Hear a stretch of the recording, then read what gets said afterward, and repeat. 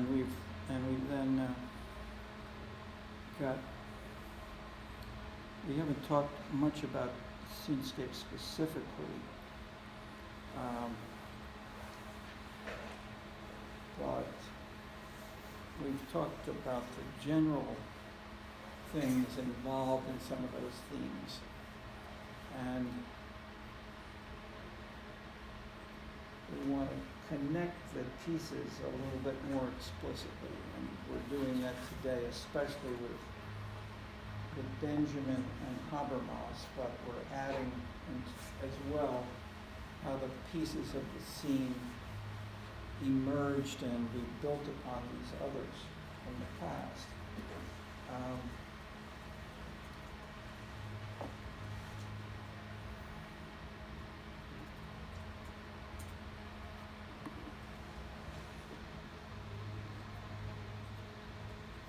We talked about the emergence of the arts, the emergence. It didn't emerge. We looked and looked and looked, tried to figure out what was going on, what was wrong with Putnam, what were these organizations, why weren't there people participating? In fact, they were, and they were online, and they were often arts-related things, and nobody had written about this. So we began to pay attention and look for more, and we found a lot. And that's basically the quick overview. But then if we try to begin to make more sense, it's not just a picture on the wall, it's the sense that if you look at that picture and you think about why are you looking at the picture, and why do we even have, as we've read in the some of the quotes, it changed my life. People have said that, looking at a picture in a museum or something like that.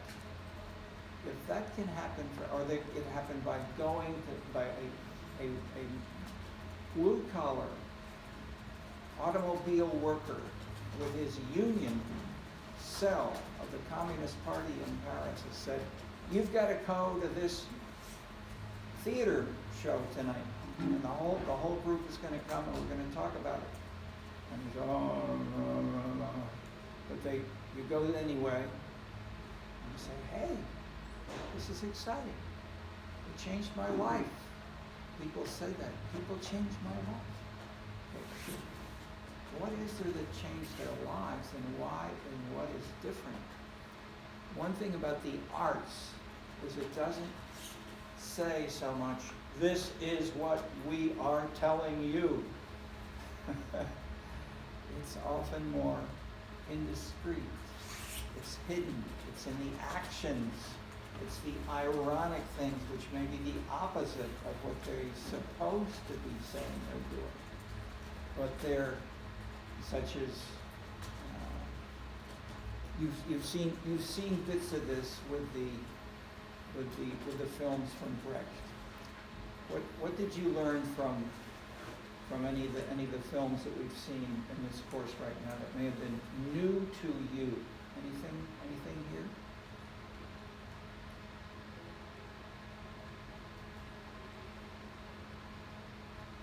Nothing?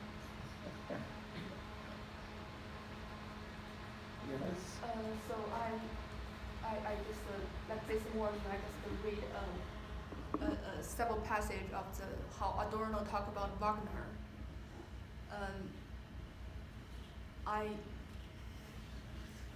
mean, the study of Wagner could be surrounding like how Wagner is perceived everything and how Wagner write about like the theory of music, but it could also be associated with like more complicated things. I mean, Wagner does talk about lots of things about like nationalism and anti-Semitism, but there's something like beyond the authorship of Wagner.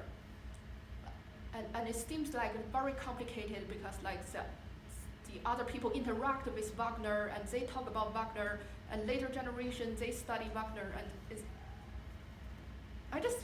it's just a very complicated way to build, establish upon the previous things. Indeed. No, Wagner is a hugely important example. And so if one looks not just at one little thing, but the bigger things we have seen that got elaborated from it.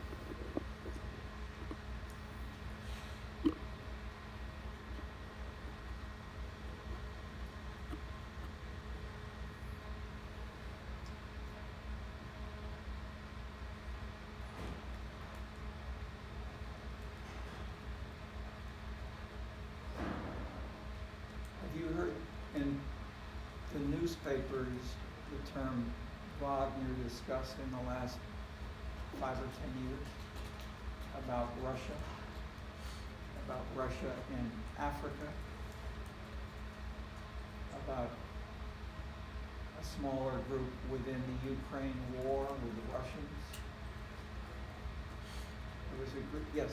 Is it that sort of like specialized military group that's connected to Putin to bring out the worst of what Putin wants in military campaigns? Yeah, so tell us a little more. So some of you may not have been paying attention to this, but just elaborate a little bit descriptively. Yeah, so I guess Russia has its main military arm, which it uses for like the war in Ukraine, but it also has I guess private mercenaries who are hired or connected to the Russian oligarchy directly to Putin in order to do more, I guess, immoral acts such as assassinating other people or committing maybe war crimes that would be detached from the Russian military, from the main arm. In the Ukraine, and how about in Africa? Any sense of that? I know it's related to something with ISIS, but not quite sure. Okay, the lead organizer of the group was also initially he was a caterer. He did many different businesses, but one was he catered meals for leading people around Putin. So you got to know he had the same background as Putin. They both grew up in lower status groups in St. Petersburg. They both were very entrepreneurial. They're both very smart, and they both looked for new things. And they didn't have enough people not enough Russian soldiers. So one thing which he said, or he proposed and Putin agreed, you could recruit from the jails. You can have prisoners who are in Russian jails because they murdered someone or they were burglars or serious things, and they can be if they're in there for life or then for 20 years. If you come and fight with me, with the Wagner group, you will be released from jail. You won't have to go back to jail. Just come, if you come and fight enough, I've forgotten what it was, 2 years, something like that. Come and work with us for 2 years, and you'll no longer have to be in jail. So these people who were pretty tough jail officers, and so that was one business. Another business was he sold diamonds, or he bought and sold diamonds from Africa, and he started doing that with some African groups, and in turn they hired him to be sort of like the French Foreign Legion for a couple hundred, many years. It had foreigners who were fighters. They may be German, they may be Italian, they may be from Thailand, wherever, but they put on this uniform of the French Foreign Legion, and they'd go and fight wars. Okay, so the Wagner group did this, and so then the leader. Okay, we don't need to go so much into detail so much as he and his colleague chose the name Wagner, and we don't know why specifically, but why and how people in Russia use that name, showing you how far these things have gotten adapted into new meanings. Emotion, violating the rules, doing things in we can say, innovative ways. And he and they chose some of the most difficult areas where they fought. So they fought with the Ukrainians, and they beat the Ukrainians more than the Russian troops. And then they would criticize the Russian generals don't know how to fight. We can do better than they do. And then there was a group of them that, as you may know, they said, you know, we're going to Moscow. So a group of them in trucks and tanks headed toward Moscow. What for? But it went on for about half a day, and then Putin went on television. Putin said, you know, come out, come be out, and say, etc. So it was okay. So you get one, if you will, one image of a.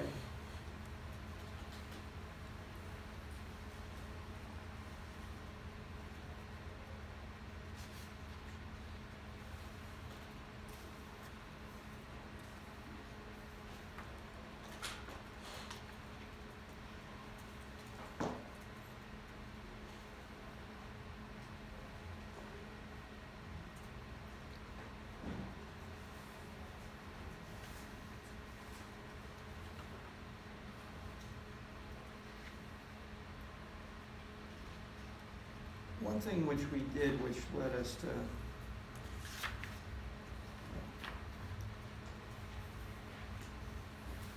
explore further, was just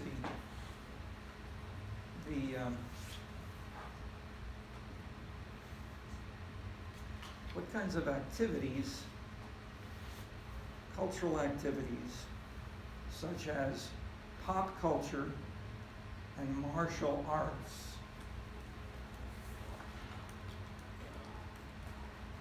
these were more widely pursued if we count the numbers of martial arts centers across the U.S. and we look for certain kinds of popular culture, music stores, for instance, and other things like that. They were more evenly spread all kinds of zip codes in terms of especially not being among the rich, not being among the poor, but being among people who are more diverse in terms of especially income. Contrast this with yoga. What's yoga associated with? High-end rich people. I won't say individuals, but neighborhoods which have more high affluent neighbors, and the rent they pay is high, more often have yoga nearby.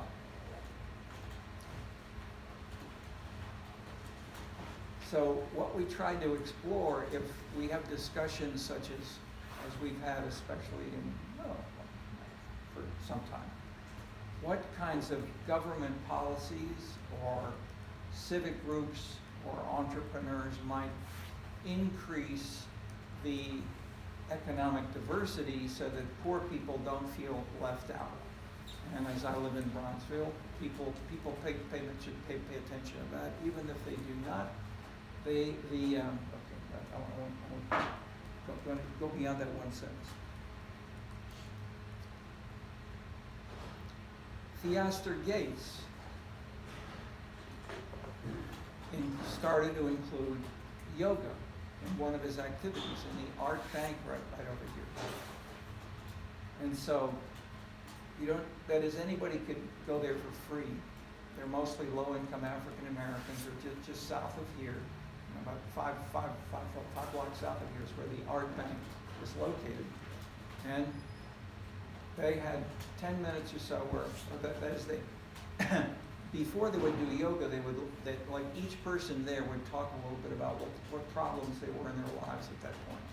So it was, in a sense, sort of Oprah Winfrey style psychoanalysis, sitting together on a yoga area. Okay, so if you're Theaster Gates saying, what can I do that will bring in low-income African Americans, but not in a closed way, which says we want just blacks. We want to be open and change the impression that only people who are black do one kind of thing and then people who are non-black do other things. So what are those activities? Martial arts. And so Joseph Yee did I talk about it here?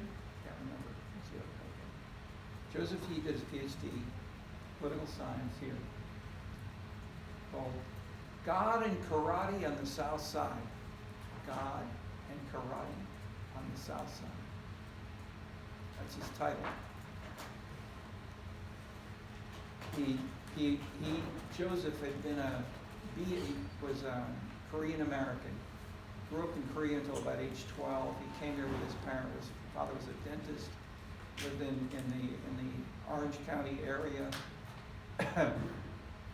or both suburbs of LA. Went to Berkeley, and the citizens of California voted when he was, I think, the first, second year at Berkeley. Said, will we have affirmative action? This is now being discussed right now by Trump, with the diversity issues which are being abolished with a number of the citizens of California said we abolish affirmative action in the University of California. And what happened to the student body? The next year, you know your head. I'm from California, so I. What happened? Basically, the demographics of the student body just like completely shifted, and what became a predominantly Asian and white again. Just a little slower, a little louder. The student body in like California just like completely shifted demographically, and it became a lot more like PWI and like Asian students as opposed to like having other colored students. Just slow and simply, what was the point? What happened to the proportion of black students? It decreased significantly. It increased? Decreased. Decreased by about half. About how much? I don't know the exact. About half. Black students dropped by half in 1 year. And what were other kinds of rate went up? White and Asian. Especially Asians. The Asians doubled in 1 year. And Joseph was an Asian student. So he felt very guilty right there. So when he chose a PhD topic, or what he tried to say, who are the issues that the Asians get angry about? High crime. Okay. Who commits the crimes? Young black men. What can we do that activities may engage young black men that don't feel they should steal or whatever? So he looked for activities that young black men engaged in positively because they didn't often know their fathers. They dropped out of school often, or they were truants often. They sometimes joined gangs, but then they may have quit from some of them. So he found 4 things which they did do that were in a sense positive. Number 1 was martial arts. They did a lot of martial arts with an organization, with a master who said, do this. They joined Soko Gakkai, about 40% African Americans, nearby Bronzeville, where I live. I have people in my building go over. This is an Asian religious group. They chant in Japanese. We took the class there.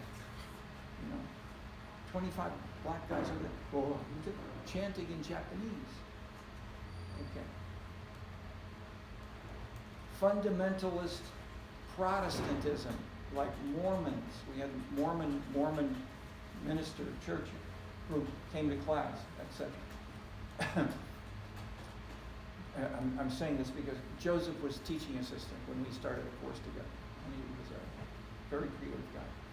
So he then found these 4 things, but the one which is in the title, or the ones in the title, are God and karate on the South Side. So God was fundamentalist religion, Jehovah's Witnesses, Mormons, others. That is not Catholic, not Episcopalian, but the fundamentalist Protestant sex. And these had people who said, I changed my life. I joined this church. And so, for instance, one came that once we did this, we brought it to class, and some of the students said, we shouldn't have the kind of discussion at the University of Chicago campus, but we did before she said that. And there was a woman who was there. I was a prostitute. I did all kinds of things that were bad. But then I found God, and I came to the church. It made me a new person. Okay, so she talked like this for 15, 20 minutes. And she was emotional. And the students said, oh my God, she's a prostitute. So we shouldn't talk about this at the University of Chicago on campus. Okay, so we did for a year. I didn't realize what she would say. But this kind of speaking out is part of the classic way of celebrating religion in some fundamentalist churches. Okay, so the point of all of these four things, the 1, 2, 3, the fourth was a direct sales organization that people build on their personal relations to sell things. Amway is a variation of other principles. Okay. What all these had was that the young black men joined voluntarily. 1, 2. There was a sense of that it will make me into a better person. I'll grow, I'll be different and better. Third, there is a master. There's someone there telling me, at least showing me the way to really do it right. A master in the martial arts, a master in the strong fundamentalist church, where the minister is very, I'm beating my fist because of the sense of it. Okay, you hear the sense of it, what it was. Okay. This is not the normal upper middle class, highly educated kind of discussion of how you should raise children, which is more often, oh, did you toss your oatmeal on the floor? Oh, I'm very sorry. It was difficult that you lost your oatmeal. Let me clean it up and I'll give you a little more. If you're brought up that way, that's different than if you have mother saying, shut up!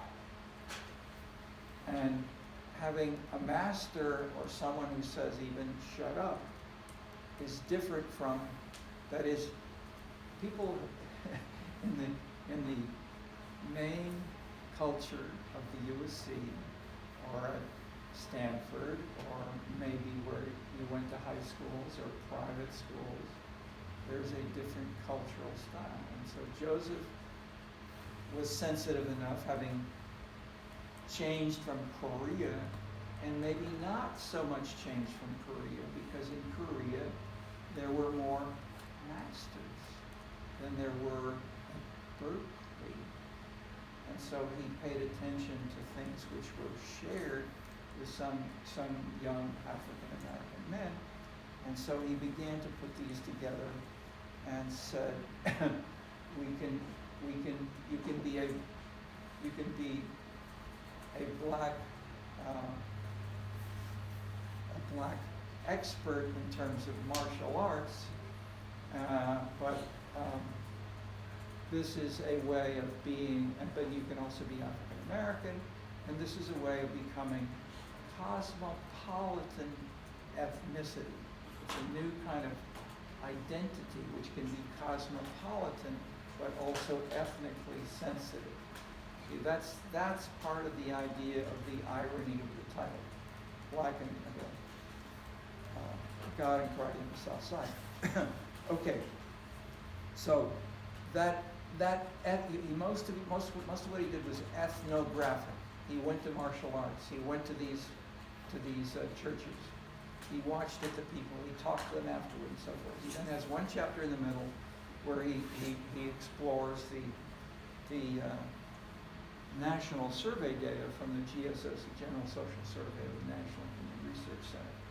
And he showed the same kinds of things that he wanted to try to identify, such as people who join, and who, that is the good thing about the survey is they ask the same questions a few years later. And and basically showed that the most important thing which has found to find what are the most important activities for African Americans, and where have they changed, and what have they increased doing? What did they do more? And one of the things which they had done more of over the years we studied was go to some of these churches, and if they were going to one of these fundamentalist churches, did they know personally some people who were not black? And the answer was yes. Whereas if you went to Catholic church and the people who were more often went to Catholic church, did they know more whites? No. Going to a Catholic church did not increase the number of whites, whereas a fundamentalist church did increase people who knew each other well enough to talk with them and so forth. Okay, so those kinds of changes that is cosmopolitanism could come from a more hierarchical situation than might be in others. Okay, so if these were some, we can call them hypotheses. Joseph Dan, my co-author here, Dan Silver, the book, did his PhD on this, and then we worked together and 15 years afterwards and so forth. Dan and Joseph, you were both martial artists. One of the head people in the U.S. was called Don Levine. He'd been dean of the college, and he was a professor of sociology here. And he was very active in martial arts internationally. Students here with him would go over to and watch a sunrise from across Lake Michigan right here near Hyde Park, and they would then celebrate with their martial arts activities. Okay, etc. So the two of them did some papers on martial arts and religion, and how and where religion was interpenetrating, similar to aspects of tolerance in ways that people hadn't thought about before.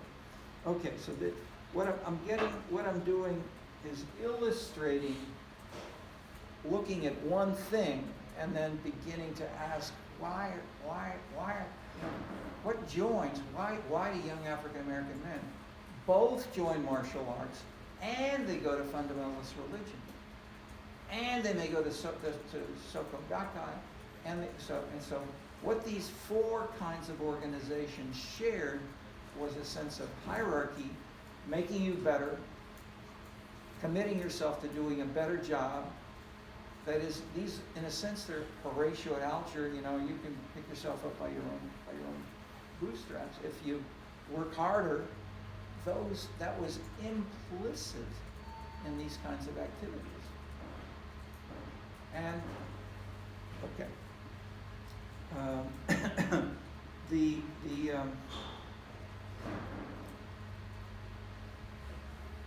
I'll just mention as a feminist.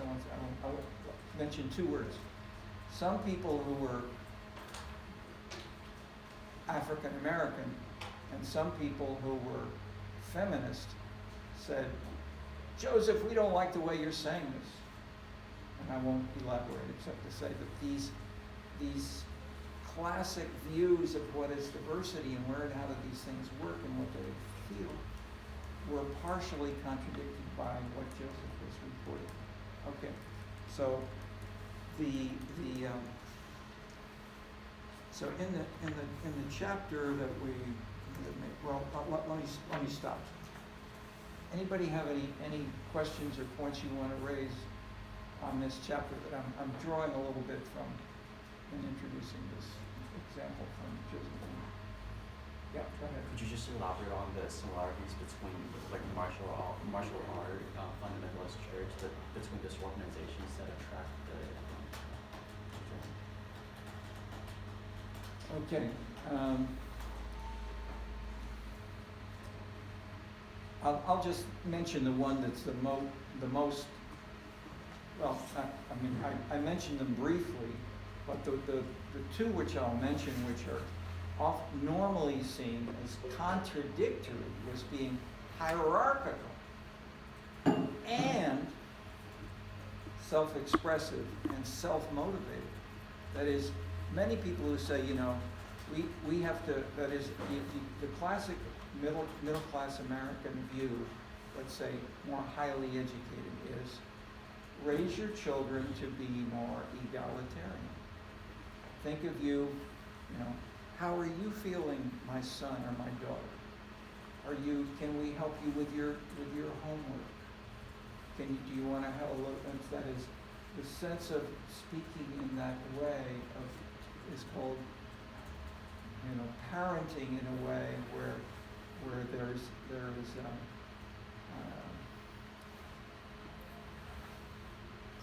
the one term is widely known as progressive education.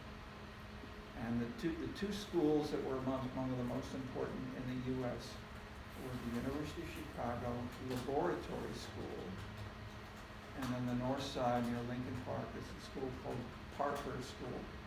Those two were very progressive. And this was in 1890 they started stuff like that.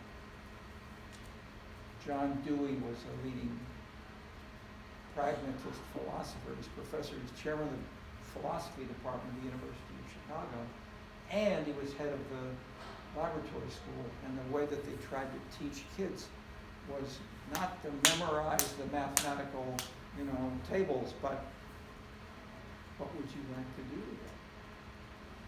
Okay, progressive education now continues in in Denmark today. They go further still.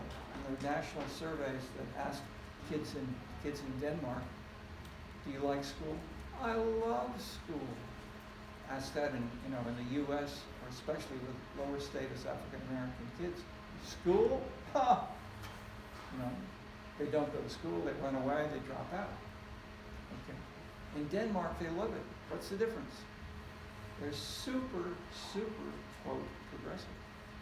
Now we can say that's also consistent with some of their values. And that's the thing. You've heard me say, you want to have a scene, you want to think not just about X leads to Y, you want to see what about the configuration which leads X to Y?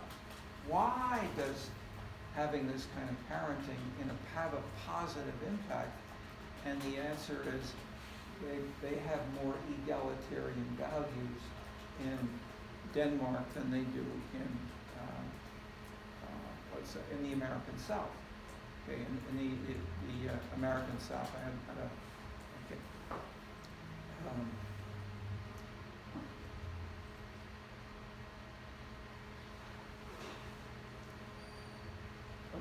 Okay, that's a quick answer.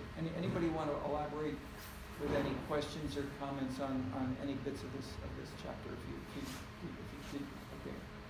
Want to elaborate? Okay. I guess it's still a bit unclear about how this was parenting style that emphasized progressive education and egalitarian linked to the similarities between these. The similarities to what? To the organizations like martial art. Do they emphasize this? No. Well, the fundamentalist Protestant religion has a strong leader. Martial arts has a master. If someone, the master may say, he has this report, 12-year-old kid, did you do your homework last night? Well, no, I was not. 20 push-ups. So if there are 15 people, they're in the group together. Everybody stops, and they all watch him do 20 push-ups together in front of everyone else. His mother may have also been there because she's and they're both African American, and she wouldn't try to say do the push-ups, but he does. Okay, that's hierarchy. That's the opposite of what the progressive parents would do. The progressive parents say, oh, you weren't able to do your homework? Oh, I'm so sorry. Could I feed you more? Okay. Two extreme versions of anecdotes I'm giving you of saying parents differ in how, that is, how many of you would have had your parents, if they asked you, did you do your homework last night, and your father said, or say if you didn't have a father, you had a mother only, would your mother say, do 20 push-ups? Has that ever happened to you? No. Okay, that's my point. Progressive education fits with egalitarian parents.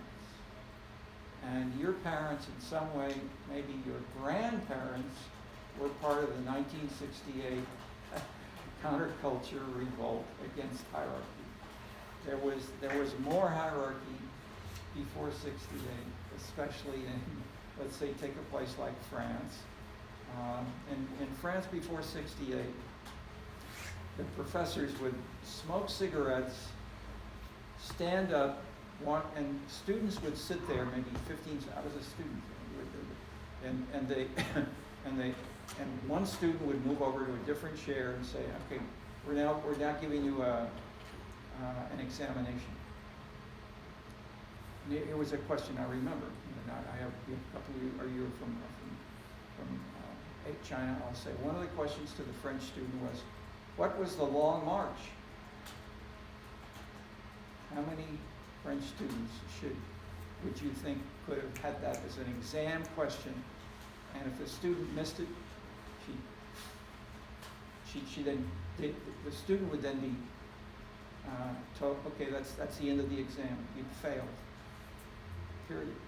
Okay, that kind of hierarchical style ended after 1968.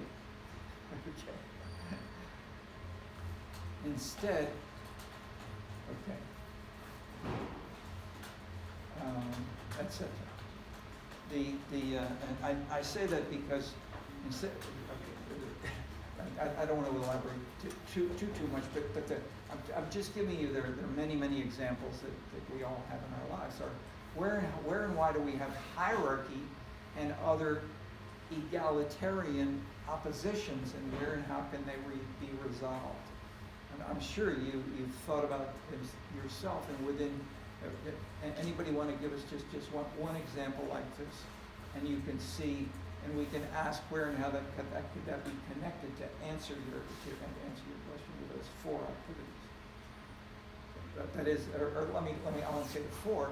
That is, what might be any? That is, you're in your family, you and one parent, and the parent wants to help you either learn martial arts, or let's say learn yoga, or learn how to go jogging, and to do your homework. Might there be an activity, any activity which the family could encourage you, the child, or that maybe the parent would go with the child and do that activity that would help the child be enthusiastic about doing homework?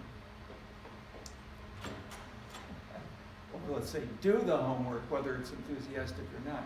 I'm sure you must have thought about this, and your parents did, and you may have revolted against it in some way. Anybody? Somebody give us an anecdote about, and that is, we're trying to look. What we're looking for is connections between hierarchy and egalitarianism, and that conflict. How did that get resolved within your family? Because this is a huge issue around the entire world right now. You could say this is what's going on between Putin and Ukraine. Putin wants hierarchy. Ukrainians say, we want to be egalitarian. Berkeley, egalitarianism. Yes? I was made to play like an instrument when I was young. And so piano and guitar, and I had to go to lessons, and I didn't want to go to lessons, but like over time, you can kind of see yourself get better at it. And so might be an example of something where like you kind of learn the discipline. And I had a teacher who made me practice and was like hard on me. And so maybe that's kind of a similar thing. Okay. Or how did they, if you skipped it for a week, for a day or two, and you didn't practice, how would they? The teacher or my parents? Both. Yeah, they weren't happy. Yeah, they weren't. How did they show they were unhappy? I think they probably took a more egalitarian approach than like a hierarchy approach, like trying to kind of show me the ways of like, you know, it was already like a pre-booked lesson, so they'd lost money and then I didn't go, and so it's kind of like a money sink, and tried to teach me it that way. Yeah, I think like I've been like grounded before, so like being grounded is definitely something that's happened. Yeah, what being grounded mean? What? Like couldn't see my friends on the weekend or something like that. Something like that. Okay. But those are excellent examples, because they're trying to find relatively egalitarian, let's say, they didn't say 20 push-ups. No. Okay. Yeah.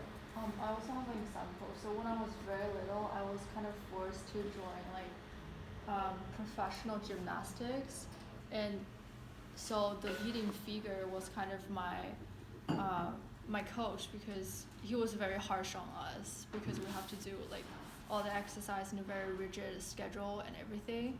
And that also raises the question of why like the younger version of me, or like the young African American in that case, will voluntarily give up their like power and respect the authority of those leading figures, especially in the case you mentioned.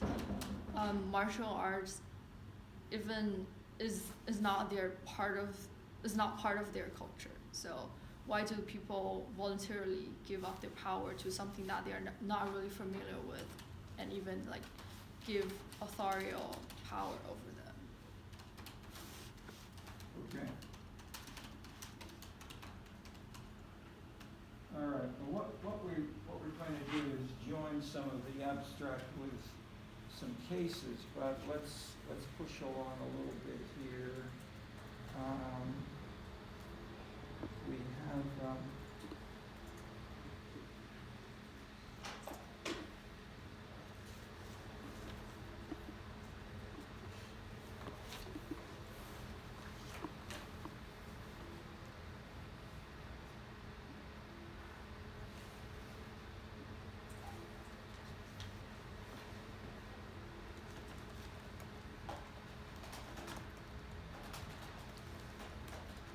What if we do we have handy so you could skip and show some of the Walter Benjamin Paris kinds of things?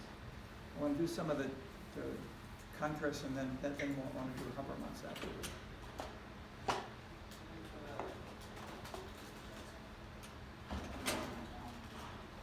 Okay, so let me lead into some of this. Why am I choosing this? I'm choosing a little bit of Benjamin. Raise your hand if you looked at one page of the Benjamin reading. Anybody look at it a little bit? Okay, so most of you have it. Okay. One or two, just give us your reaction to what reading a little bit of Benjamin. This is wild stuff. Silence. What led you?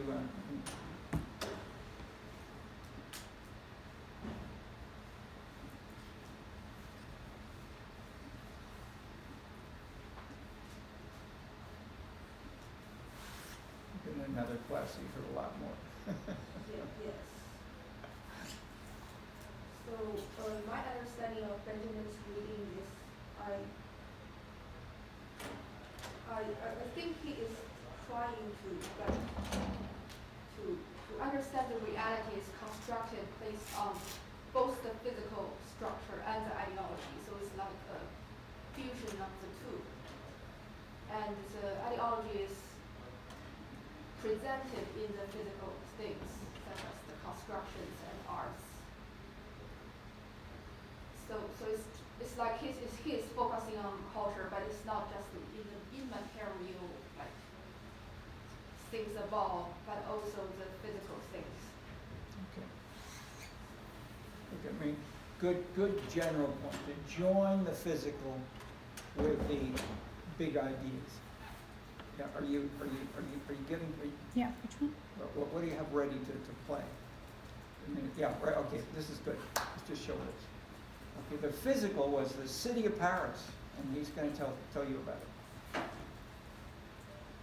Paris is an immense workshop of putrefaction, where misery and pestilence and disease work in concert, where sunlight and air rarely penetrate. Paris is a terrible place, where plants wither, perish. Industrialization and rapid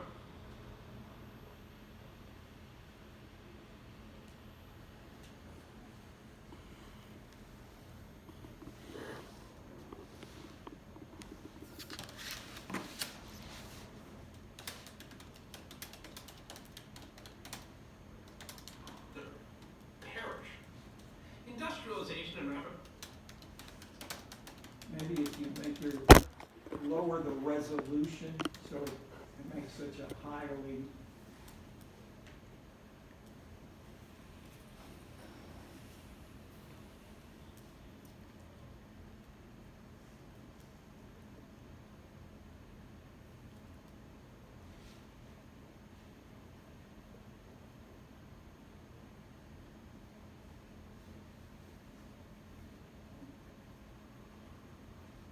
okay. I'll talk with you, but I'll try and replay it.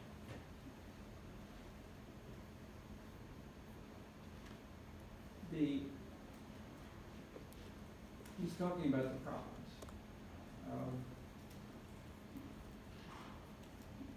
and social reformer wrote, Paris is an immense workshop of putrefaction, where misery and pestilence and disease work in concert, where sunlight and air rarely penetrate. Paris is a terrible place, where plants wither, perish. Industrialization and rapid growth had simply left infrastructure behind, and in the 19th century, Emperor Napoleon III undertook one of the most ambitious plans of renovation ever undertaken in any city, anywhere. And to oversee that renovation, he chose the skillful and audacious George Eugene Hausmann. And between 1853 and 1870, Hausmann transformed Paris from a squalid, disease-ridden city of the Middle Ages to the modern era with broad avenues, effective sewers, beautiful parks. It is history that deserves to be remembered. By the 19th century, the overcrowding of Paris had become an acute social issue. As far back as 1739, the writer Voltaire had complained that the streets were showing up for the filthiness and spreading infection. The first Napoleon had ambitious plans as well, writing from his prison on St. Helena, that if he had 20 more years of rule and a little leisure, one would vainly search today for the old Paris. Nothing would remain of it but vestiges. The widest streets in the worst neighborhoods were only 5 meters, the narrowest only 2. Carts and horses could hardly navigate these parts of the city.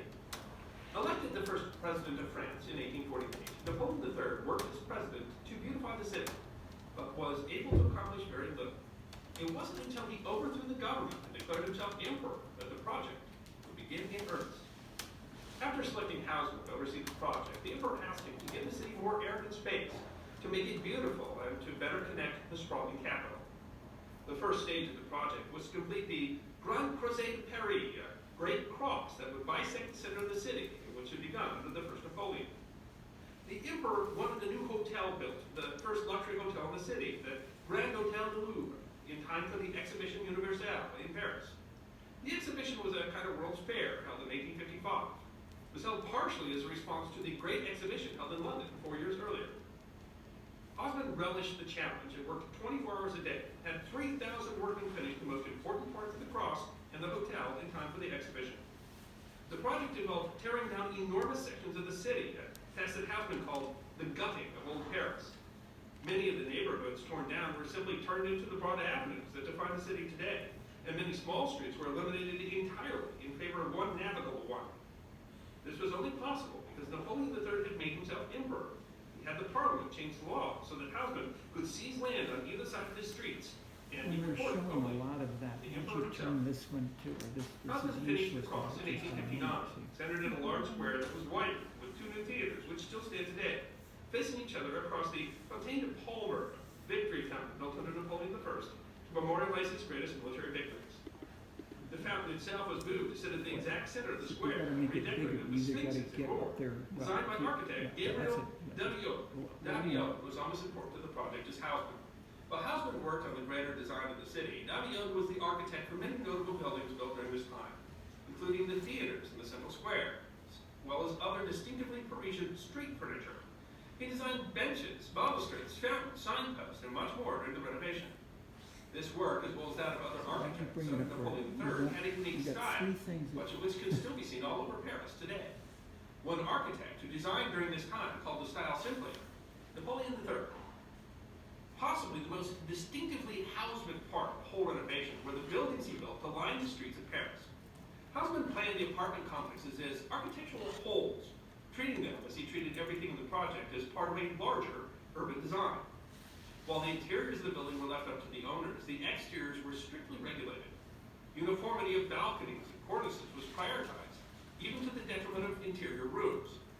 The facades were required to be either made or faced with stone, and the changes of the Industrial Revolution made it possible to cut and move the stone like never before. It is Houseman's apartments, which line the streets of Paris still, that have left the most lasting mark on the character and appearance of the city. The first stage of the project was generally considered to be a success as Houseman opened up and beautified parts of the city.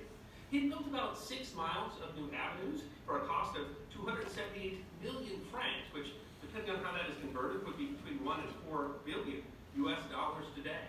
But the second stage was even more ambitious. He hoped to add another 16 miles of new avenues to connect the city center to the grand boulevards that had been created during the Great Restoration between 1814 and 1830. And he hoped to do that using 100 million fewer francs. The plan involved tearing down even more sections of the city and replacing them with new plazas, gardens, and buildings. The many theaters, hotels, and government buildings built during the renovation were meant to command the streets they sat on and be visible from long distances. One of the most dangerous neighborhoods of the city, the Petit Pologne, or Little Poland, was demolished during this time, and the Square of the Star around the Arc de Triomphe was redesigned, with new avenues being added so that 12 avenues converged there. In 1960, the square was renamed after Charles de Gaulle. Additionally, this stage involved almost complete renovation of the Ile de la Cité, or one of the 2 natural islands in the Seine, along the center of the city. Until the renovation, the island had been largely residential, with the exception of the eastern end, which since the 12th century had been home to the Cathedral of Notre Dame. The square in front of the cathedral was widened, bridges to the island completely rebuilt, and several large new government buildings constructed there. While some of these changes were welcome, the project began to garner persistent criticism. Critics complained that Houseman had destroyed much of the Luxembourg Gardens, built in the 17th century, as well as the growing cost of the projects. The cost ballooned to some 410 million francs, partially because of local building owners claiming made-up shops had been torn down and petitioning the government for lost revenue. The enormous social cost was not imaginary, though, as thousands of Parisians were forced to transplant their lives with little recourse, and many critics believed the new apartments were pricing out poorer Parisians. Still, Houseman enjoyed greater status under Napoleon III and continued his projects. Streets were not the only thing that Houseman was concerned with. Together with several colleagues that he brought with him from Bordeaux, 4 major parks were planned at the cardinal compass points around the city. Workers dug new lakes, constructed grottos, lawns, and gardens. In addition to the large parks, they built 24 new squares throughout the city. Houseman's goal was to make parks and green spaces accessible to all Parisians. In total, he added over 2,000 hectares of green space to the city, and over the 17 years he worked, planted over 600,000 trees. He also revolutionized the city's woefully inadequate water and sewer system.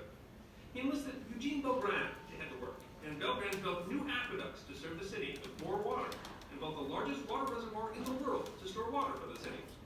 He effectively quadrupled the number of homes in the city with running water. Belgrand's waste work transformed the city even more. Before the renovation, solid waste had to be picked up by sanitation workers, and the sewers emptied directly into the Seine.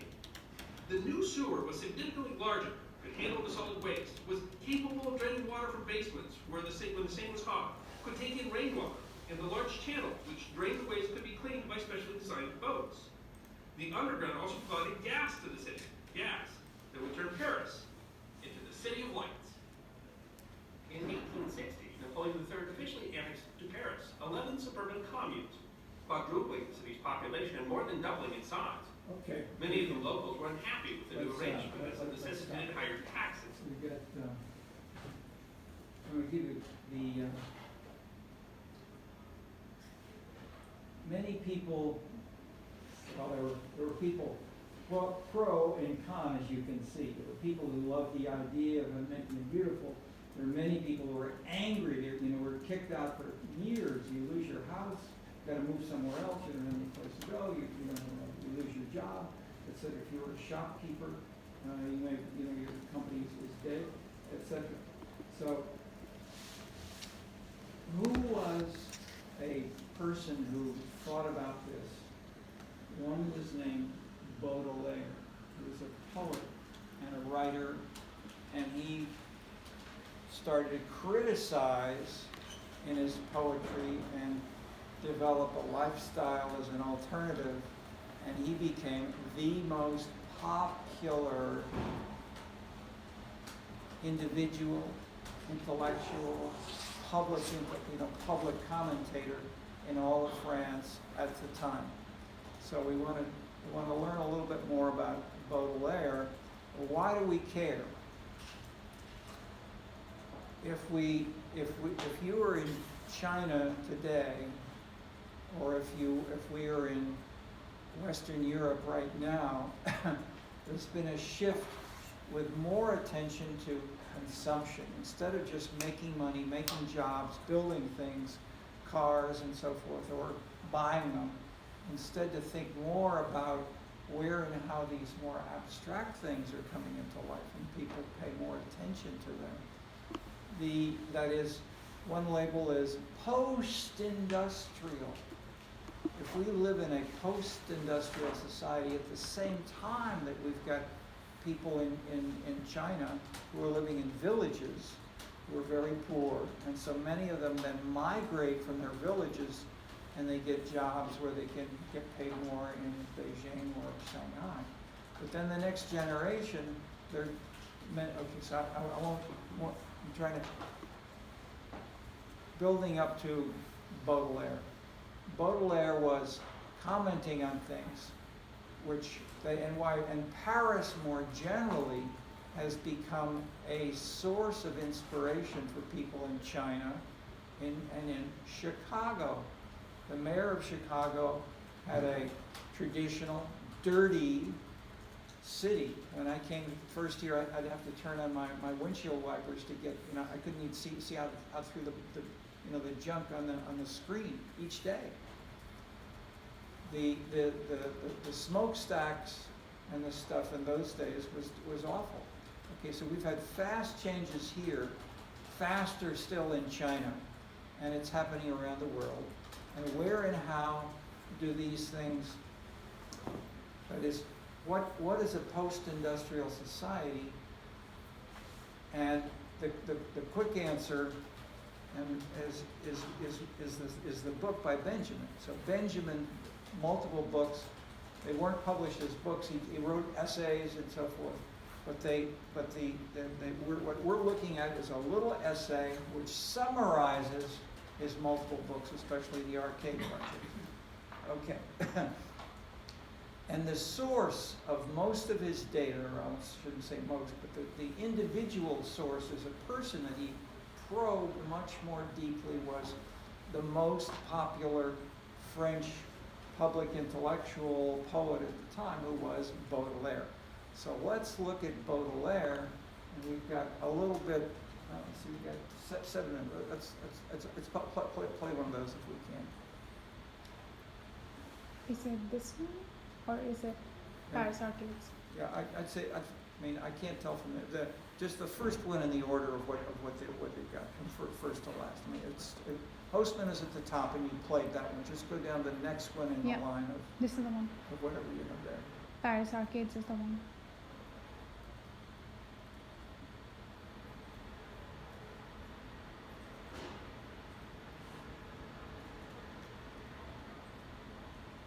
Intoxication comes over the man who walks long and aimlessly through the streets.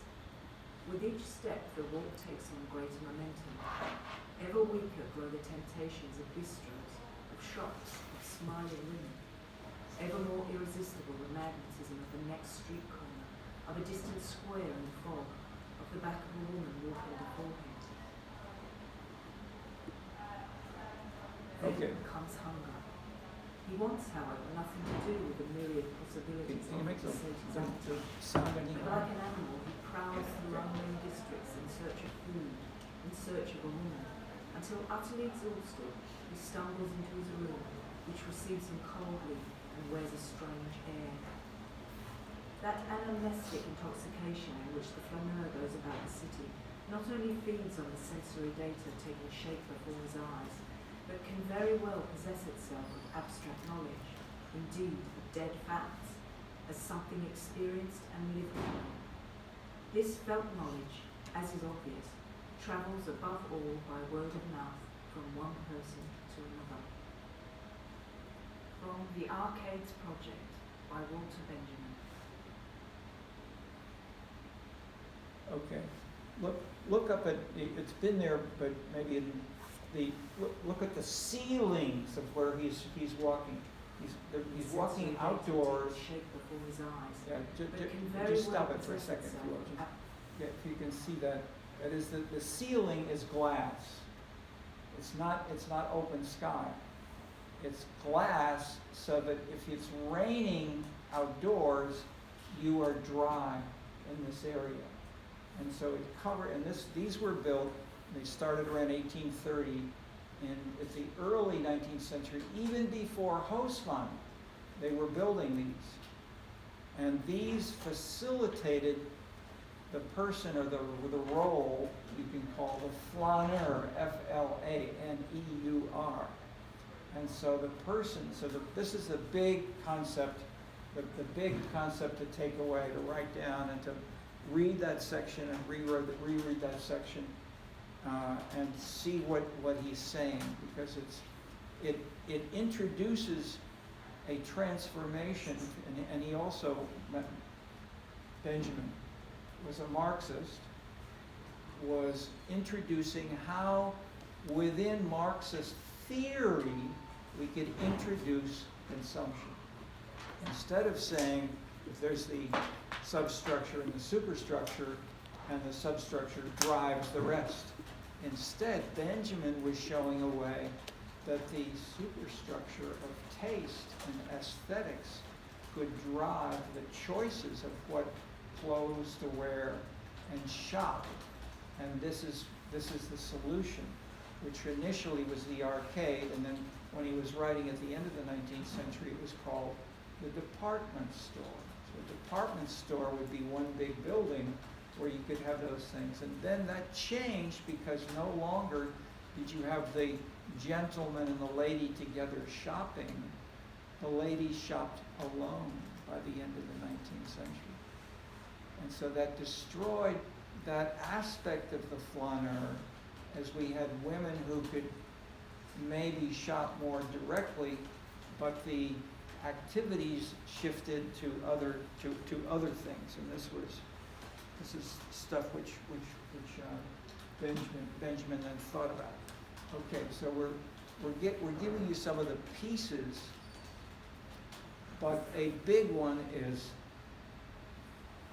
to move just from food, drink, sleep, place to lie on, etc. Moving on to having entertainment, having shopping, but then going on to thinking and feelings, and then even if you're looking at the same things on the street, you can pay attention to the beauty, if there's beauty. You can look for beauty. Or you can, instead of saying, am I rich or am I poor, can I go there or not? And saying, that street is only for rich people, which is a sort of labeling that some people are applying, is happens. Or if not the street, it could be that the store, or if I go in that high-end jewelry store, I shouldn't really be here because I don't have thousands of dollars I need for that, etc. So in that sense, where and how have these physical activities interpenetrated the intellectual and especially the introduction increasingly of the aesthetic? And an aesthetic we could talk about is the philosophy of what is there about art. What is there about art, whether that's a watch or a hat or a pair of shoes, can be the aesthetic way of looking at things. So you can look at, Michael Jordan basketball shoes, but you can say, does the name Michael Jordan imply jumping, running, but at least being physically adept at wearing these shoes?